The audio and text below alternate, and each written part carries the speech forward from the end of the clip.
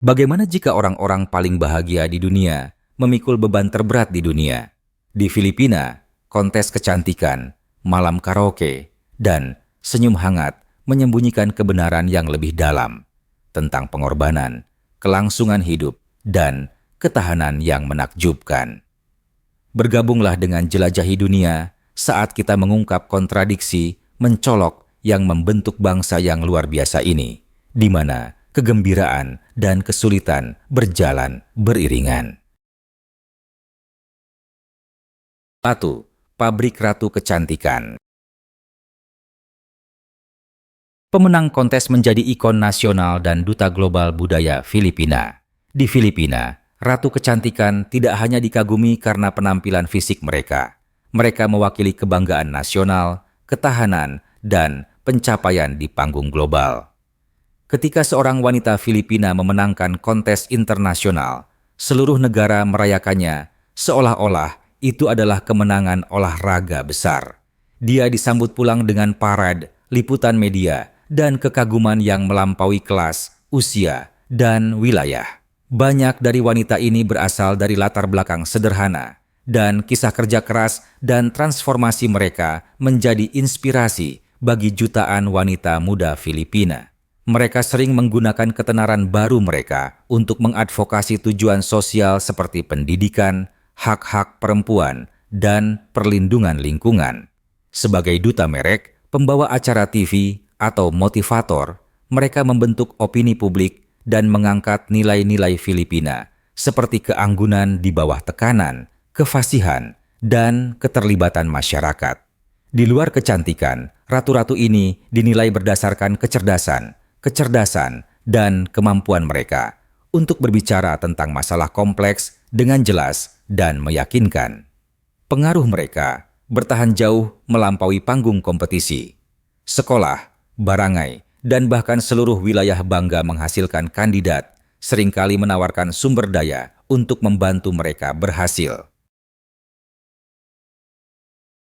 2. Industri suami asing. Terlepas dari stereotip tentang pencari emas atau pria pemangsa, kenyataannya jauh lebih bernuansa, mengungkap taruhan emosional dan ekonomi dari kisah cinta global. Ribuan wanita Filipina menikahi pria asing setiap tahun, menempa kisah cinta, kelangsungan hidup, peluang, dan transformasi yang kompleks.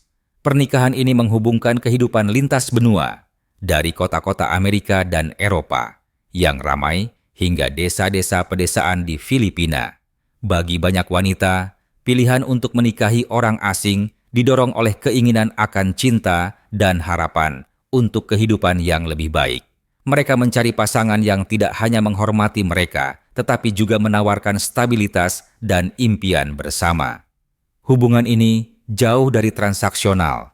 Mereka sering menjadi jembatan antar budaya. Istri-istri Filipina memperkenalkan pasangan mereka pada nilai-nilai berorientasi keluarga, sambil beradaptasi dengan adat dan bahasa baru sendiri. Namun, jalannya tidak mudah.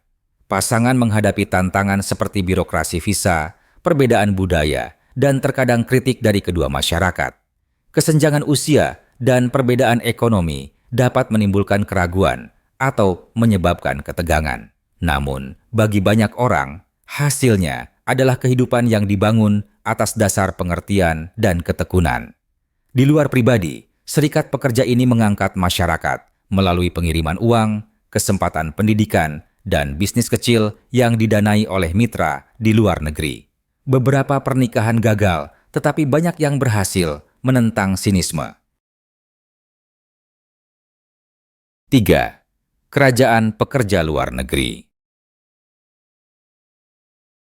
Pengiriman uang dari OFW menyumbang lebih dari 35 miliar setiap tahun, lebih dari 10% dari PDB nasional. Pekerja Filipina luar negeri OFW dianggap sebagai pahlawan zaman modern di Filipina, bukan hanya untuk dukungan ekonomi yang mereka berikan, tetapi untuk pengorbanan besar yang mereka lakukan. Dari perawat dan insinyur hingga pembantu rumah tangga dan pekerja konstruksi, warga Filipina telah menemukan pekerjaan di hampir setiap bagian dunia. Kemampuan mereka untuk beradaptasi, bekerja dengan rajin, dan berbicara bahasa Inggris dengan lancar menjadikan mereka salah satu tenaga kerja yang paling dicari secara global. Pengiriman uang mereka menopang jutaan keluarga, mendanai pendidikan, perawatan kesehatan, dan bahkan bisnis lokal. Tetapi kesuksesan ini datang dengan harga. Banyak OFW menghabiskan waktu bertahun-tahun jauh dari orang yang mereka cintai, melewatkan ulang tahun, tonggak sejarah, dan pertemuan keluarga. Anak-anak tumbuh tanpa orang tua. Pasangan mengalami ketegangan jarak jauh. Sementara beberapa pekerja mendapatkan tempat tinggal permanen dan kehidupan yang lebih baik di luar negeri. Yang lain menghadapi kondisi kerja yang keras, diskriminasi, atau pelecehan. Kerugian emosional sangat signifikan dan beban psikologis seringkali tidak terucapkan. Selain itu, ketergantungan negara pada OFW telah menciptakan kerentanan. Ketika ekonomi global goyah, keluarga di rumah menderita. Ada juga efek brain drain, terutama di bidang perawatan kesehatan, di mana rumah sakit lokal kekurangan profesional yang telah mereka latih. Namun, OFW mewujudkan ketahanan, dedikasi, dan kemurahan hati Filipina. Kuat, obsesi, pemburu harta, karun. Penemuan langka hanya memperdalam obsesi, sementara sebagian besar ditinggalkan dengan hutang dan impian yang hancur. Di seluruh Filipina, kisah tentang harta karun Jepang tersembunyi yang dikubur selama Perang Dunia II telah memikat banyak generasi. Dikenal sebagai emas Yamashita, legenda itu menyatakan miliaran dolar emas, permata, dan artefak tergeletak terkubur di terowongan dan gua di seluruh negeri.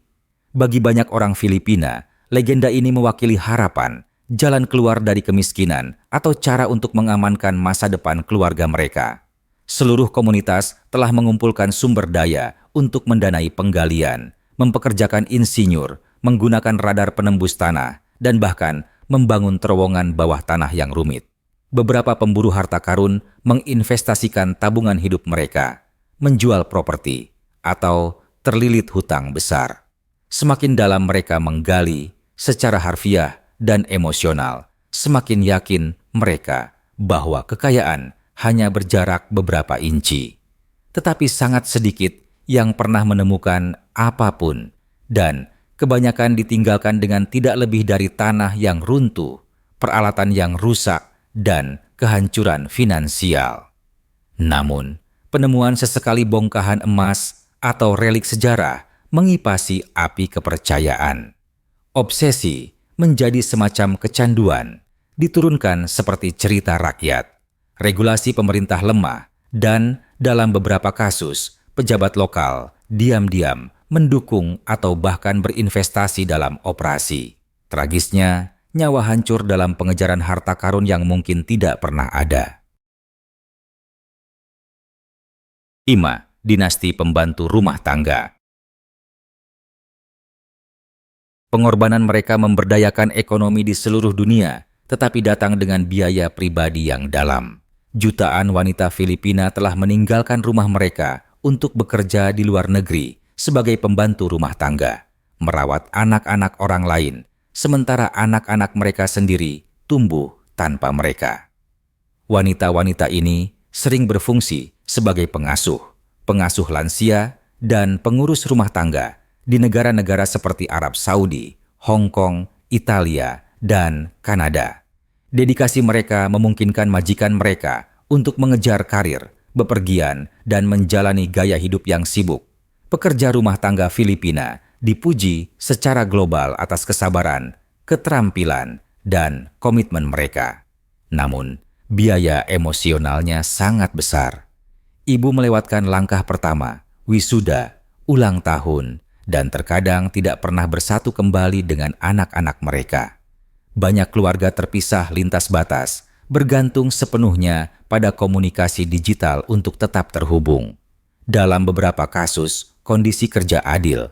Di lain waktu, wanita menghadapi pelecehan, upah yang tidak dibayar, dan bahkan perbudakan modern. Perlindungan hukum sangat bervariasi menurut negara, dan banyak wanita bertahan dalam diam. Terlepas dari kesulitan ini, banyak pembantu mengirim uang ke rumah untuk membangun rumah, mendanai pendidikan tinggi, atau mengangkat keluarga mereka keluar dari kemiskinan. Beberapa melanjutkan untuk mendapatkan kewarganegaraan, membawa keluarga mereka ke luar negeri, dan menjadi pilar di komunitas imigran.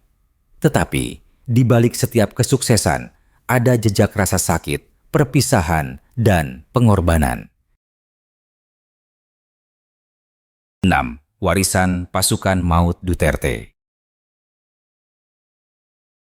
Ribuan kematian terjadi selama masa kepresidenan Duterte, banyak yang terkait dengan kekerasan polisi dan main hakim sendiri. Perang melawan narkoba Rodrigo Duterte menandai salah satu babak paling kejam dalam sejarah Filipina modern. Pemerintahannya mendorong tindakan keras yang brutal terhadap pengguna dan pengedar narkoba yang menyebabkan ribuan kematian. Banyak di antaranya masih belum diselidiki. Polisi diberi izin de facto untuk membunuh, seringkali tanpa proses hukum yang semestinya, sementara kelompok main hakim sendiri melakukan pembunuhan di jalanan. Para korban, sebagian besar adalah orang miskin. Jenazah mereka ditinggalkan di trotoar dengan tanda kardus yang menyatakan kejahatan yang dituduhkan. Sementara banyak warga mendukung pendekatan Duterte, percaya bahwa hal itu membuat komunitas lebih aman. Para kritikus menunjuk pada erosi total keadilan dan hak asasi manusia.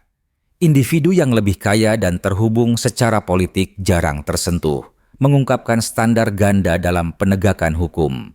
Sementara itu, keluarga Duterte diperiksa dengan cermat atas kekayaan mereka, yang dilaporkan memiliki aset jauh melebihi gaji resminya. Beberapa anggota keluarga memegang jabatan, berkontribusi pada kekhawatiran tentang politik dinasti. Meskipun telah meninggalkan jabatannya, Duterte dan warisannya terus memengaruhi politik Filipina dengan penyelidikan yang sedang berlangsung oleh badan-badan internasional seperti Pengadilan Kriminal Internasional. Bagi ribuan keluarga yang ditinggalkan, perjuangan untuk keadilan masih jauh dari selesai. Jujur, para ahli bertahan hidup dari bencana. Filipina menderita lebih banyak bencana alam daripada hampir semua negara di bumi.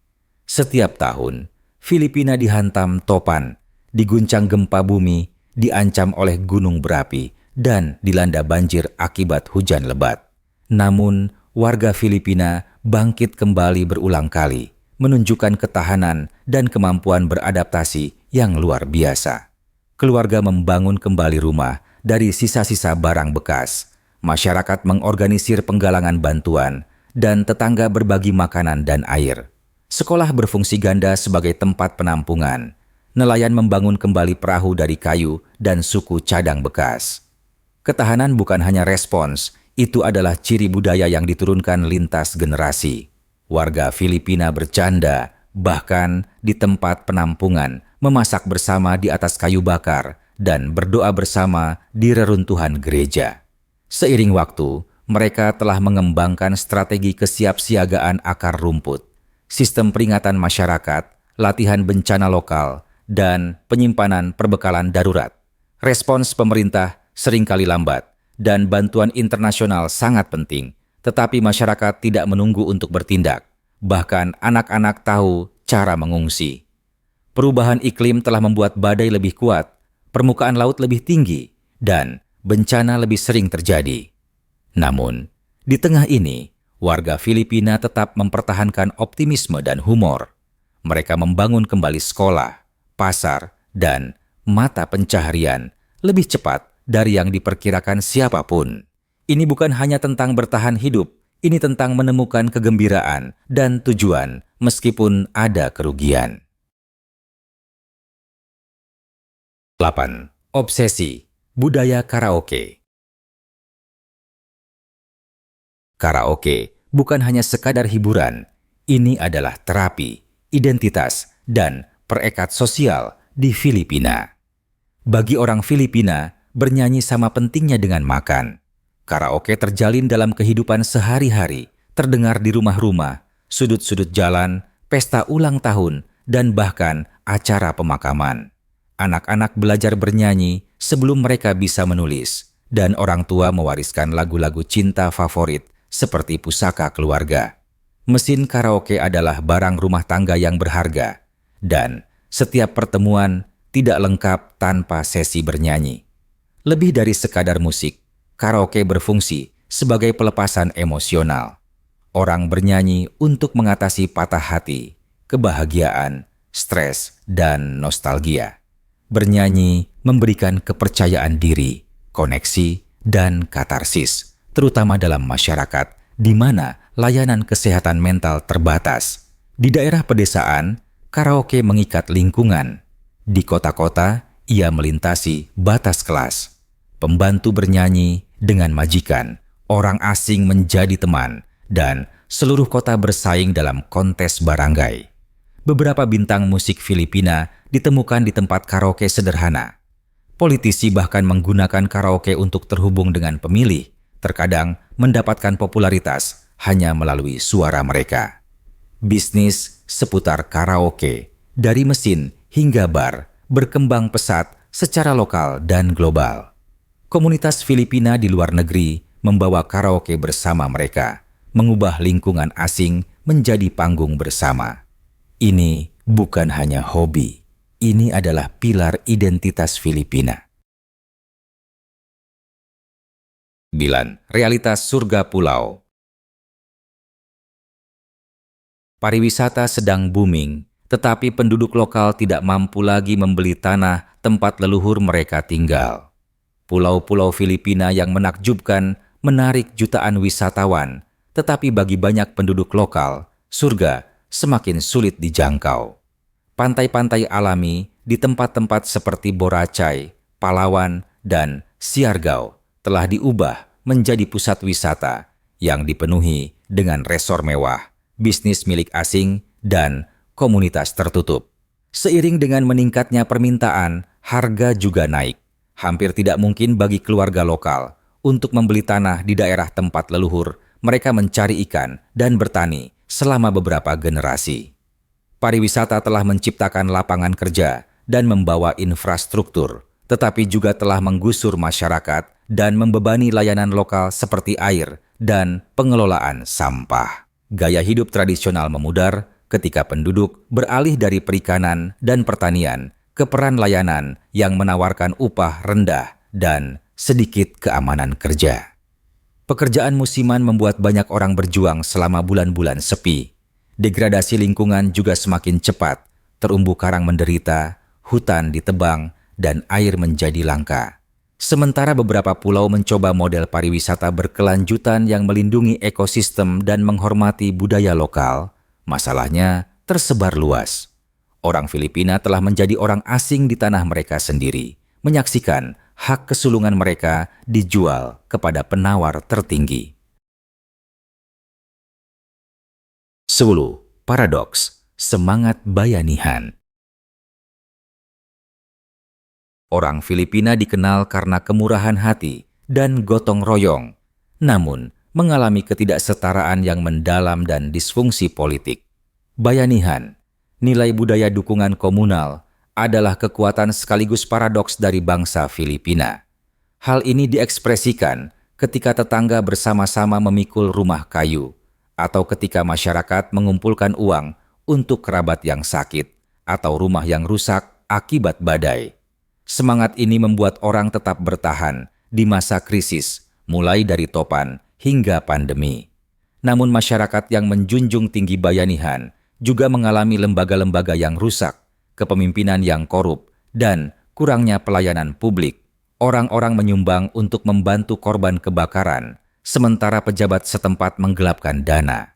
Relawan mengorganisir kegiatan, memberi makan, sementara politisi melakukan gunting pita. Keluarga bergantung satu sama lain karena mereka tidak bisa bergantung pada pemerintah. Ajaran agama seringkali mempromosikan kesabaran dan pengorbanan, kadang-kadang dengan mengorbankan aktivisme sipil. Paradoksnya menyakitkan. Sebuah negara yang dikagumi secara global karena kebaikan dan ketahanannya, terus memilih pemimpin dinasti, mentolerir ketidakadilan sistemik, dan bergantung pada jaringan informal untuk bertahan hidup. Di komunitas perantauan, Bayanihan terus hidup melalui makan bersama, pengumpulan uang remitansi, dan kelompok dukungan. Ini adalah ekspor budaya, sama seperti perawat atau penyanyi. Semangatnya indah, tetapi juga mengungkapkan kerapuhan sistem yang seharusnya melindungi yang paling rentan. Di balik setiap senyuman, setiap lagu, dan setiap pengorbanan di Filipina, terdapat sebuah cerita yang jarang dilihat dunia. Jika ada bagian dari perjalanan ini yang menyentuh Anda, membuat Anda berpikir, atau membuka mata Anda, beritahu kami di komentar. Dan jika Anda ingin tahu lebih banyak cerita yang belum terungkap seperti ini, Anda tahu apa yang harus dilakukan.